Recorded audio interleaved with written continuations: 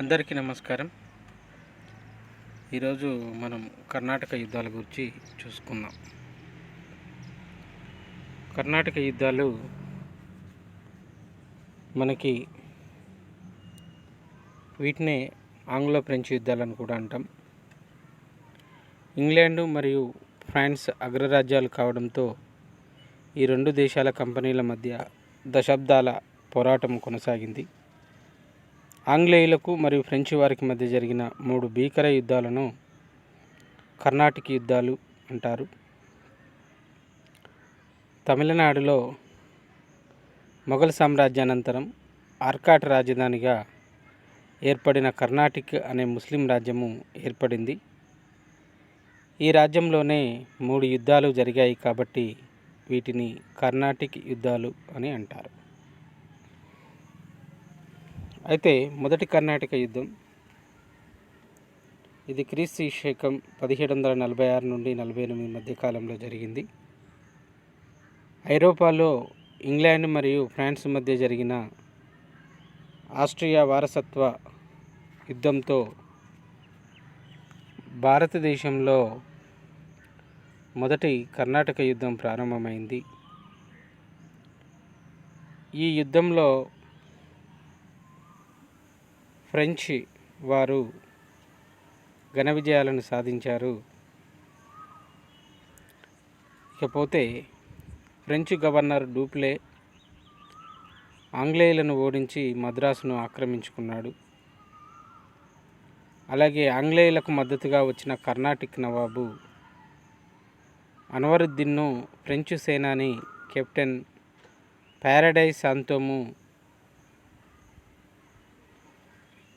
Paradise శాంతోమ్ యుద్ధంలో ఓడించడం అనేది జరిగింది. మొదటి కర్ణాటక యుద్ధానికి కారణమైన ఆస్ట్రియా వారసత్వ యుద్ధం ఎక్స్-లా-చాపెల్ సంధితో ముగిసింది అని చెప్పొచ్చు. ఈ సంధి ప్రకారం మొదటి కర్ణాటక యుద్ధం కూడా ముగిసి ఫ్రెంచ్ వారు మద్రాసును ఆంగ్లేయులకు తిరిగి ఇచ్చేశారు. మొదటి కర్ణాటక యుద్ధంలో డూప్లే గొప్ప విజయాలను సాధించిన ఫలితం శూన్యమైందని చెప్పచ్చు. అయితే అలాగే మనకు మైలాపూర్ యుద్ధము 1746లో జరిగింది. ఈ యుద్ధం సెయింట్ థామస్ యుద్ధం అని కూడా పిలుస్తారు. ఈ యుద్ధంలో కర్ణాటక నవాబు అన్వరుద్దీన్ సైన్యాలు పరిమిత సంఖ్యలో గల ఫ్రెంచ్ సైన్యంపై డూప్లే నాయకత్వంలో ఓడించాయని చెప్పొచ్చు. భారతదేశ చరిత్రపై ఈ యుద్ధ ప్రభావం చాలా ఎక్కువగా కలదు. ఈ యుద్ధము భారతీయుల సైన్యంలోని లోటుపాట్లను యూరప్ దేశాలకు ఎత్తి చూపినదని చెప్పొచ్చు.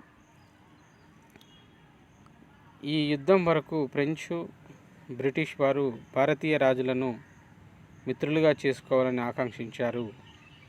కానీ ఈ యుద్ధం ఫలితంగా భారతీయ రాజులను ఓడించడం తేలికని వాళ్ళు ఐరోపా వాసులు భావించారు.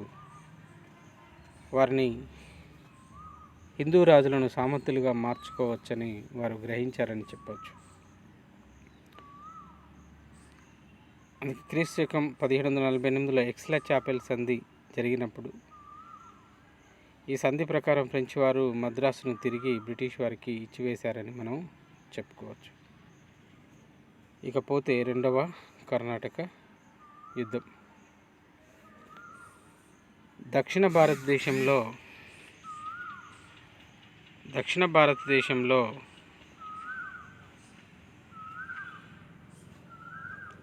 రెండు ప్రధాన రాజ్యాలైన కర్ణాటక మరియు నిజాం రాజ్యాల్లో చెలరేగిన వారసత్వ తగాదాలు రెండవ కర్ణాటక యుద్ధానికి కారణమయ్యాయని చెప్పొచ్చు.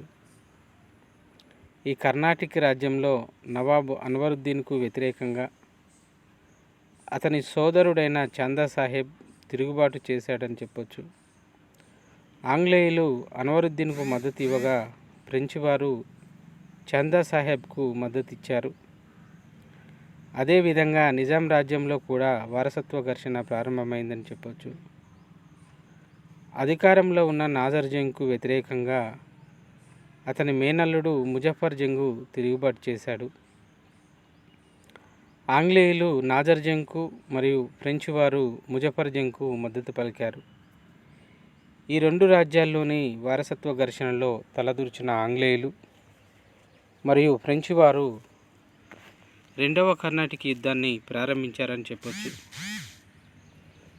ఈ యుద్ధంలో ప్రధానమైన ఘట్టాలని మనం చూసినట్లయితే, ఒకటి 1749లో అంబోర్ యుద్ధంలో ఫ్రెంచ్ వారు కర్ణాటిక్ నవాబ్ అయిన అన్వరుద్దీన్ను చంపి చందాసాహెబ్ను రాజుగా ప్రకటించారు.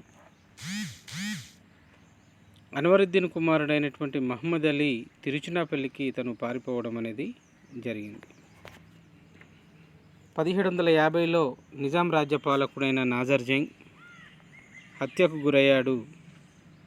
ఫ్రెంచ్ వారి మద్దతుతో ముజఫర్ జంగ్ అధికారానికి వచ్చాడని చెప్పొచ్చు. ఇతనికి రక్షణగా బుస్సీ అనే ఫ్రెంచ్ సేనానిని నియమించడం జరిగింది. వరుస ఓటములు చవిచూసిన ఆంగ్లేయులు బెంగాల్ నుంచి రాబర్ట్ క్లైవ్ అనేటువంటి సమర్థవంతమైన అధికారిని కర్ణాటిక్కి రప్పించారు. ఇతని రాకతో యుద్ధ ఫలితాలు తారుమారయ్యాయని చెప్పొచ్చు. 1751లో ఫ్రెంచ్ వారి మద్దతుతో అధికారాన్ని పొందిన ముజఫర్ జంగ్ కడప జిల్లా లక్కిరెడ్డిపల్లి వద్ద హత్యకు గురి కావడం అనేది జరిగింది. ఇకపోతే 1752లో ఆర్కాట్ యుద్ధంలో రాబర్ట్ క్లైవ్ చందాసాహెబ్ను చంపి అన్వరుద్దీన్ కుమారుడైనటువంటి మహమ్మద్ అలీని కర్ణాటక నవాబుగా నియమించడం జరిగింది. ఈ విజయాల వల్ల రాబర్ట్ క్లైవ్కు ఆర్కాట్ వీరుడు, హీరో ఆఫ్ ఆర్కాట్ అనేటువంటి బిరుదు అనే పేరు ఇవ్వడం అనేది జరిగిందని చెప్పొచ్చు. రెండవ కర్ణాటక యుద్ధం పాండిచ్చేరి సంధి 1754 మరియు తిరుచునాపల్లి సంధి 1755తో ముగిసింది అని చెప్పుకోవచ్చు. ఇకపోతే మూడవ కర్ణాటక యుద్ధం. ఈ మూడవ కర్ణాటక యుద్ధం ఇంగ్లాండ్ మరియు ఫ్రాన్స్ మధ్య అమెరికా పైన ఆధిపత్యం కోసం జరిగిన సప్తవర్ష సంగ్రామము. దీన్నే 7 years వార్ అని కూడా అంటాం. అందులో భాగంగా భారతదేశంలో మూడవ కర్ణాటక యుద్ధం కొనసాగింది. ఈ 1760లో జరిగిన వందవాసి యుద్ధం మూడవ కర్ణాటక యుద్ధంలోని ప్రధాన ఘట్టం. ఇందులో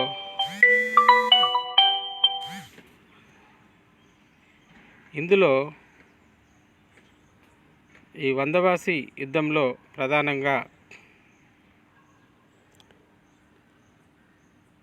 ప్రధానమైనటువంటి ఘట్టం. ఇందులో ఆంగ్లేయ సేనాని సర్ ఐర్ కూట్ ఫ్రెంచ్ సైన్యాన్ని ఓడించి పాండిచ్చేరిని ఆక్రమించాడు. ఆనాటి ఫ్రెంచ్ గవర్నర్ అయిన కౌంట్ డి లాలీని బందీగా పట్టుకున్నాడని చెప్పొచ్చు. వందవాసి యుద్ధంతో భారతదేశంపై ఫ్రెంచ్ ఆధిపత్యం అంతమైంది. ఫ్రెంచ్ ఆధిపత్యం అంతం కావడం జరిగింది ఆ వందవాసి యుద్ధంతో. అయితే 1763లో ప్యారిస్ సంధి ప్రకారము ఆంగ్లేయులు భారతదేశంలోని ఫ్రెంచ్ స్థావరాలను ఫ్రెంచ్ వారికి తిరిగి ఇచ్చారు. ఈ సంధితో ఫ్రెంచ్ వారు సైనిక కార్యకలాపాలకు స్వస్తి పలికి కేవలం బ్రిటిష్ రక్షణలో స్వస్తి పలికి వారు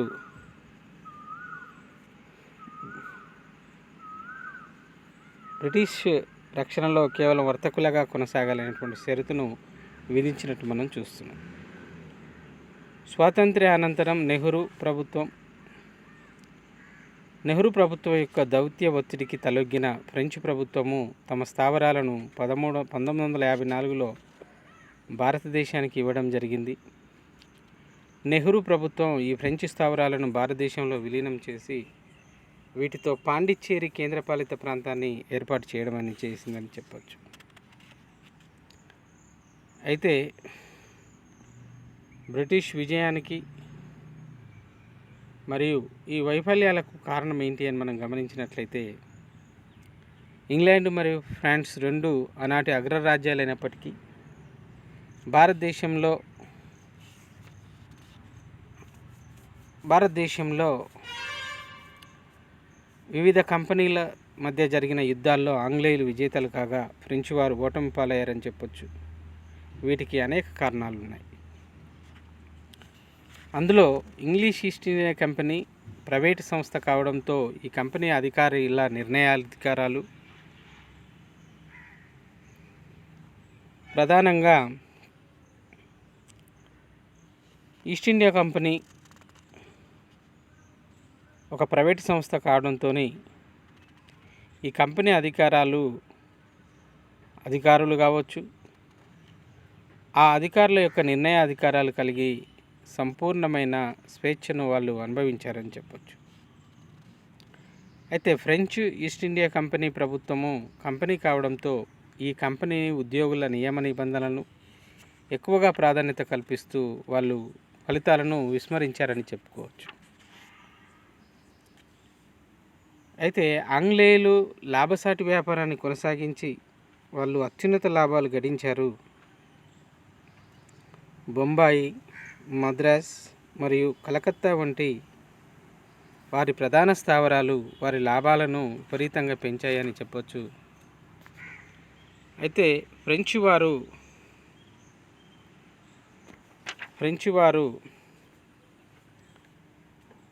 వారికి ఇటు పాండిచ్చేరి వారికి మినహా సరైనటువంటి వ్యాపార స్థావరాలు లేకపోవడంతో మొదటి నుంచి ఈ కంపెనీలు నష్టాలకు గురయ్యాయని చెప్పచ్చు. 1757లో ప్లాసీ యుద్ధం తర్వాత ఆంగ్లేయులు బెంగాల్ పైన పూర్తి ఆధిపత్యాన్ని కొనసాగించారు. అయితే ఈ బెంగాల్లోని సంపద మరియు వనరులను ఫ్రెంచ్ వారిని అంతం చేయడానికి ఉపయోగపడ్డాయని కూడా చెప్పచ్చు. ఇంగ్లీష్ ఈస్ట్ ఇండియా కంపెనీ విజయంలో బ్రిటిష్ నౌకాశక్తి కీలక పాత్ర పోషించింది. ఆ రోజుల్లో ఇంగ్లాండ్ను క్వీన్ ఆఫ్ ద సీస్ అని పిలిచేవాళ్ళు. సముద్రపు రాణిగా ఆనాడు ఇంగ్లాండ్ను పిలిచేవారు. ఎందుకంటే నౌకాశక్తి చాలా బలంగా ఉండడంతో పాటు వాళ్ళు అనేక విజయాలను సాధించినట్టుగా మనం ఇక్కడ గమనించాల్సి ఉంటుంది. అయితే భారతదేశంలో బ్రిటిష్ వర్తక స్థావరంతో వాళ్ళు అత్యద్భుతమైనటువంటి ఫలితాలను సాధించడం జరిగింది. వారి అనంతరము మనకి ఎప్పుడైతే వాళ్ళు తమ స్థిరత్వాన్ని సాధించుకున్నారో తర్వాత ప్లాసీ బక్సార్ యుద్ధాలతో పాటు వాళ్ళు మైసూర్ ఆక్రమణను చేయడం జరిగింది. ఆంగ్లో మైసూర్ యుద్ధాలు మరియు టిప్పు సుల్తాన్ తర్వాత 4 ఆంగ్లో మైసూర్ యుద్ధాల వల్ల భారతదేశంలో వాళ్ళు ఒక పూర్తి స్థిరత్వాన్ని కొనసాగించారని చెప్పొచ్చు. ఇకపోతే భారతదేశంలో వాళ్ళు ఎంట్రీ అయిన తర్వాత సైన్య సహకార పద్ధతిని మరియు శాశ్వత భూమి శిస్తు విధానం తర్వాత రాజ్య సంక్రమణ సిద్ధాంతం, శాశ్వత భూమి శిస్తు విధానం, సైన్య సహకార సిద్ధాంతం, రాజ్య సంక్రమణ సిద్ధాంతం ద్వారా వాళ్ళు భారతదేశంలో ఒక విపరీతమైనటువంటి వారి పరిపాలన కొనసాగించడానికి ఈ కార్యక్రమాలు దోహదపడ్డాయని గమనించాల్సి ఉంటుంది. కాబట్టి ఈ 3 కర్ణాటిక్స్ వార్స్ ద్వారా తర్వాత జరిగిన ఆంగ్లో మైసూర్ యుద్ధాల ద్వారా భారతదేశంలో వాళ్ళు పూర్తి గుత్తాధిపత్యాన్ని సాధించి తిరిగి మరాఠా సామ్రాజ్యం మీద కూడా దాడి చేయడం జరిగింది. ఈ మరాఠా సామ్రాజ్యంతో వాళ్ళు పూర్తికాలికంగా భారతదేశాన్ని అంతటిని జయిస్తూ వస్తున్నట్టు మనకి ఇక్కడ కనిపిస్తుంది. అయితే ఆంగ్లేయులు భారతదేశంలో కుట్రలు కుయుక్తుల ద్వారా భారత సామంత పాలకులను లొంగదీసుకొని వారు సామ్రాజ్యాన్ని విశాలమైన భారత భూభాగం పైన విశాలమైన సామ్రాజ్యాన్ని ఏర్పాటు చేసుకున్నారని చెప్పుకోవచ్చు.